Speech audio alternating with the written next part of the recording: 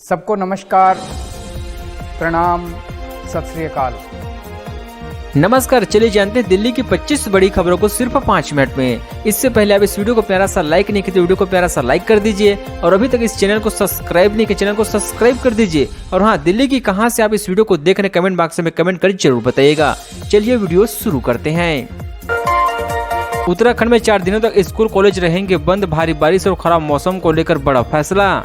उत्तराखंड के तमाम स्कूल के छात्र छात्राओं और शिक्षकों को मानसून के सीजन में राहत देते हुए अगले 2 दिनों तक छुट्टी का ऐलान कर दिया है। वहीं 17 जुलाई को हेला के पूर्व की छुट्टी रहेगी और 16 जुलाई को रविवार के चलते स्कूल भी बंद रहेंगे। इसी तरह से प्रदेश में लगातार 4 दिनों तक स्कूल कॉलेजों में छुट्टी का ऐलान किया गया है। दरअसल उत्तराखंड में पिछले कई दिनों से जबरदस्त बारिश हो रही है। मौसम विभाग ने 14 और 15 जुलाई को भी प्रदेश के कई जनपदों में भारी बारिश का ऑरेंज अलर्ट जारी किया गया है। दिल्ली में बड़ी गाड़ियों की एंट्री पर बैन, जरूरी सामानों की सप्लाई जुर्माने की आशंका। देश की राजधानी दिल्ली में सब्जी, चावल, दाल, दवाइयां, कुछ प्रमुख इलेक्ट्रॉनिक सामान दूसरे राज्यों से सप्लाई की जाते हैं। जबकि दिल्ली में बाढ़ के कहर के बाद राजधानी भारी वाहनों की एंट्री को निर्धारित समय के लिए रोक दिया गया है। माने जा रहे हैं कि राजधानी भारी बारिश वाहनों की एंट्री ज्यादा समय तक प्रतिबंधित रही तो आवश्यक सामानों के लिए लोगों को दिक्कतों का सामना करना पड़ सकता है। भारी वाहनों पर रोक से दूसरे राज्यों से आने वाले सामान का दिल्ली के बाजारों तक नहीं पहुंचना संभव नहीं होगा। दिल्ली में बढ़ते यमुना का जल स्तर के बाद जगह जगह पानी पहुंच चुका है। इससे आम जनजीवन पूरी तरह से प्रभावित हुआ है।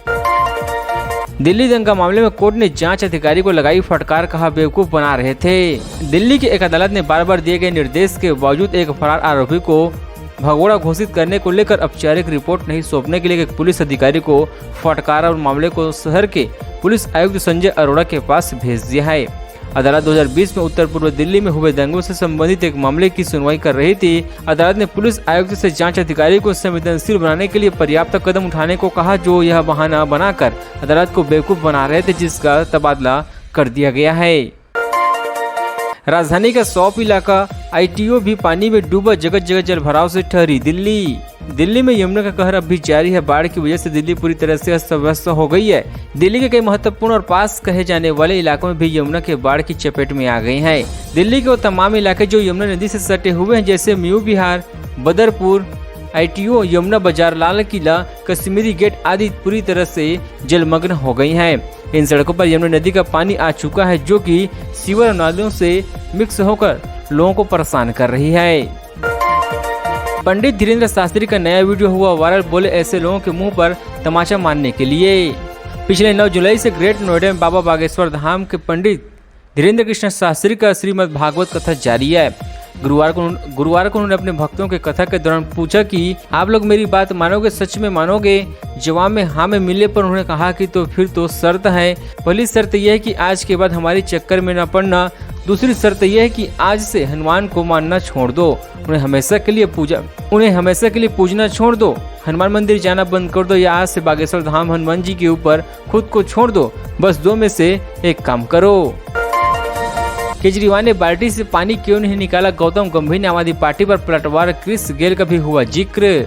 दिल्ली वाले बारिश और बाढ़ से उत्पन्न तबाही से परेशान, तो दूसरी तरफ राजधानी की दुर्दशा को लेकर बीजेपी और आप नेताओं के बीच सियासी आरोप प्रत्यारोप चरम पर है। इसी क्रम में क्रिकेटर से राजनेता बने गौतम गंभीर के ट्वीट कर पलटवार करते हुए आम आदमी पार्टी के विधायक नरेश बयान ने इस बात का जवाब दिया कि सीएम अरविंद केजरीवाल ने बाल्टी लेकर यमुना जी से पानी क्यों नहीं निकाला। आपके कदावर नेता विधायक नरेश बयान ने अपने ट्वीट में क्रिकेटर क्रिस गेल को खुद का दोस्त बताते हुए गौतम गंभीर लिखते हैं कि यमुना में जब पानी हरियाणा से छोड़ा गया तो अरविंद केजरीवाल जी अपने मंत्रियों के साथ बाल्टी लेकर यमुना से पानी क्यों नहीं निकाला।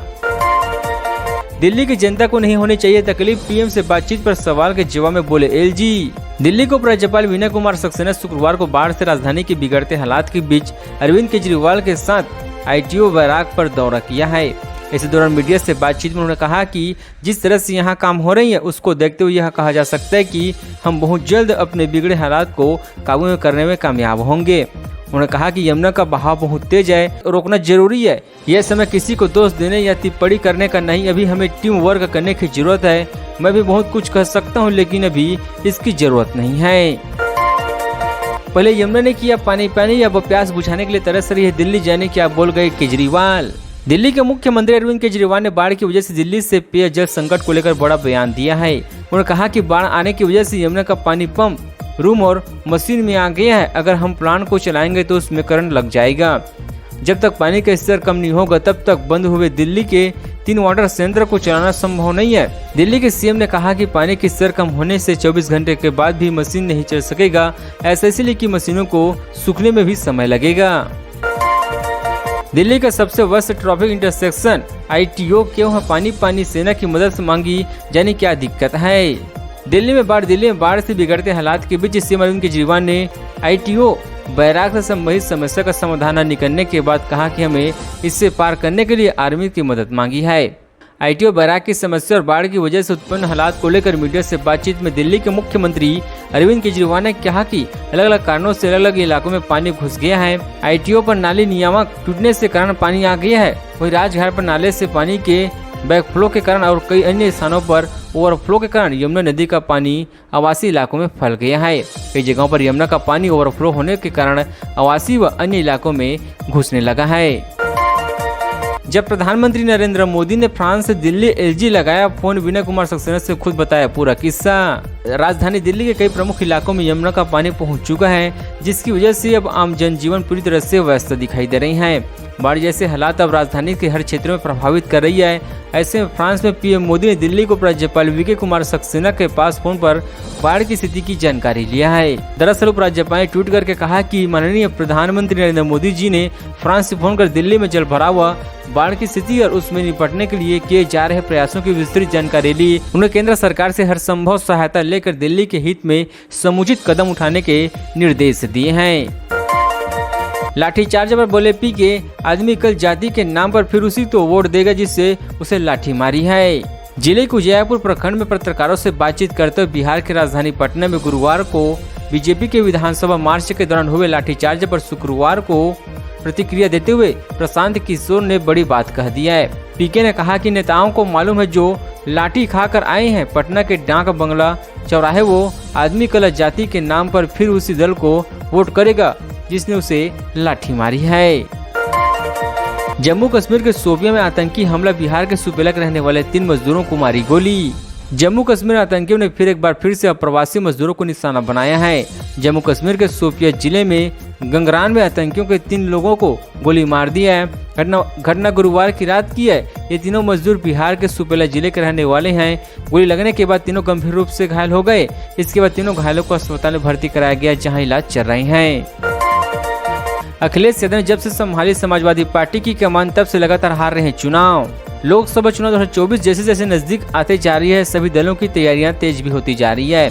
इस बार सबसे ज्यादा फोकस यूपी पर है। एक तरफ जहां बीजेपी ने मिशन 80 का लक्ष्य रखा है, तो वहीं दूसरी तरफ सपा अध्यक्ष अखिलेश यादव तमाम विपक्षी दलों को एकजुट कर बीजेपी को हराने की रणनीति में जुटे हुए हैं। विपक्षी दलों की एकजुटता में सपा भी अहम भूमिका में है। अखिलेश यादव का दावा है कि PDF फार्मूला NDA को हरा देगा। ममता बनर्जी के समर्थन में उतरे अखिलेश यादव, CM योगी को दिया जवाब, कहा पहले यूपी का हाल देख ले। समाजवादी पार्टी के राष्ट्रीय अध्यक्ष अखिलेश यादव ने पश्चिम बंगाल पंचायत चुनाव पर CM योगी के बयान को लेकर तंज कसा है। उन्होंने कहा कि मुख्यमंत्री को सुदूर पश्चिम बंगाल के पंचायत चुनाव की बड़ी चिंता है, जबकि भाजपा के सत्ता संरक्षण में यूपी में होने वाले हर चुनाव में स्वतंत्रता एवं निष्पक्षता का दम घोंट दिया है। अखिलेश यादव ने गुरुवार को अपने एक बयान में कहा कि उत्तर प्रदेश के पंचायत चुनाव में विपक्ष के मतों पर खुलकर डांका डाला गया। इन चुनाव में भाजपा द्वारा जो जोर जबरदस्ती मतदाताओं के साथ की गई, उसकी अनदेखी कैसे की जा सकती है।